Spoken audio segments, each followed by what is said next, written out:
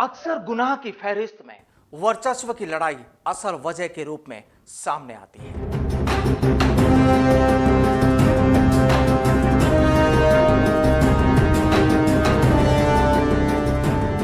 आपराधिक गैंग लोगों के बीच अपना वर्चस्व कायम करने के लिए किसी भी हद तक चले जाते हैं।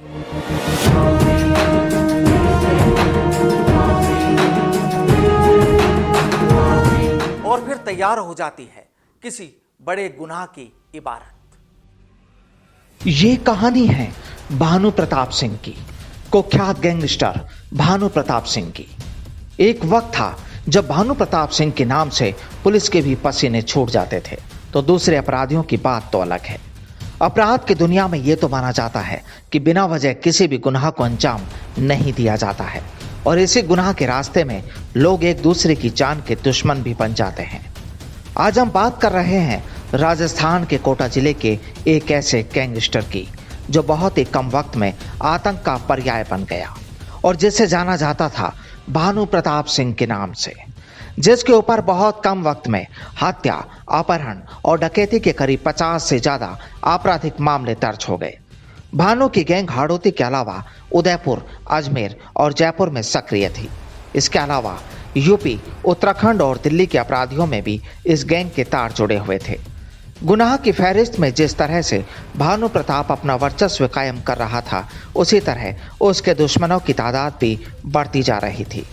इसके साथ ही भानु गैंग राजू जोशी और अमित जैन गैंग के बीच गैंगवार होनी शुरू हो गई और आए दिन वर्चस्व की लड़ाई में फिर भिड़ंत भी होने लगी। इसके बावजूद भी भानु प्रताप का लगभग एक दशक तक आतंक कायम रहा। इसी बीच उसने कई आपराधिक घटनाओं को अंजाम दिया। साल 2009 की मई में अपनी गैंग के साथ मिलकर चित्तौड़गढ़ में जितेंद्र सिंह और ब्रजराज सिंह हत्याकांड को अंजाम दे दिया गया। ब्रजराज सिंह कुख्यात गैंगस्टर शिवराज सिंह का भाई था। जितेंद्र की हत्या का बदला लेने के लिए भाई सूरज सिंह ने शिवराज सिंह से मिलकर भानु प्रताप सिंह की हत्या की साजिश रची। सूरज सिंह और शिवराज ने जो हत्या की साजिश रची, वाकई गुनाह की दुनिया और पुलिस महकमे के लिए आजूबी ही थी। दरअसल 21 महीने जेल में रहने के बाद 19 अप्रैल 2011 की रात भानु प्रताप को उदयपुर सेंट्रल जेल से झालावाड़ में पेशी के लिए ले जाया जा रहा था।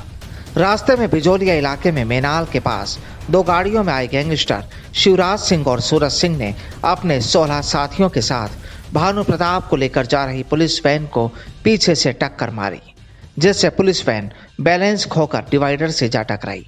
जिसके बाद सूरज सिंह और शिवराज सिंह ने अपने 16 साथियों के साथ पुलिस वैन पर अंधाधुंध फायरिंग करना शुरू कर दिया, जिसमें कुख्यात गैंगस्टर भानु प्रताप सिंह ने मौके पर ही दम तोड़ दिया।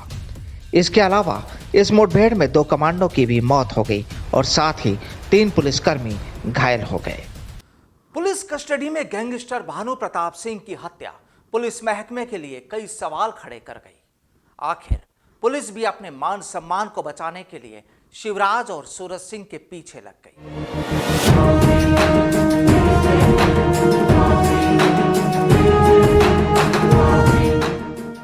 इसके बाद शिवराज सिंह समेत 15 लोगों को गिरफ्तार किया गया, लेकिन सूरज सिंह फरार होने में कामयाब हो गया।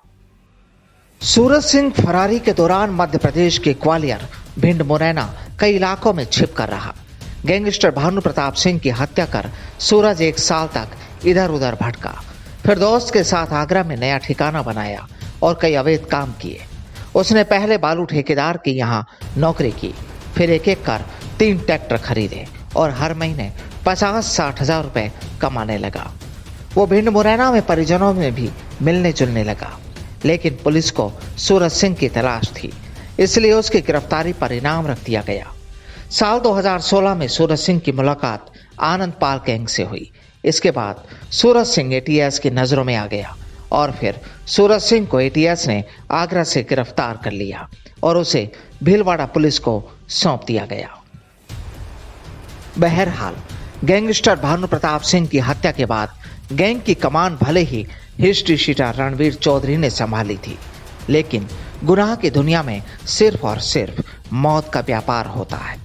भले ही उसे ना समझने की गलती करते हैं, जब तक समझने की कोशिश करते हैं तब तक काफी देर हो चुकी होती है। उस पर मुकदमों के ढेर लग जाते हैं, चारों तरफ दुश्मनों से घिर जाते हैं और ऐसे में न चाहते हुए अपराध की दलदल से निकलना बहुत मुश्किल हो जाता है। तो आज की हमारी ये पेशकश आपको कैसी लगी, कमेंट बॉक्स में अपनी बात जाहिर कर सकते हैं। लेकिन हाँ, गुनाह से दूरी बनाकर रखें ताकि एक अच्छे समाज को तैयार किया जा सके। नमस्कार।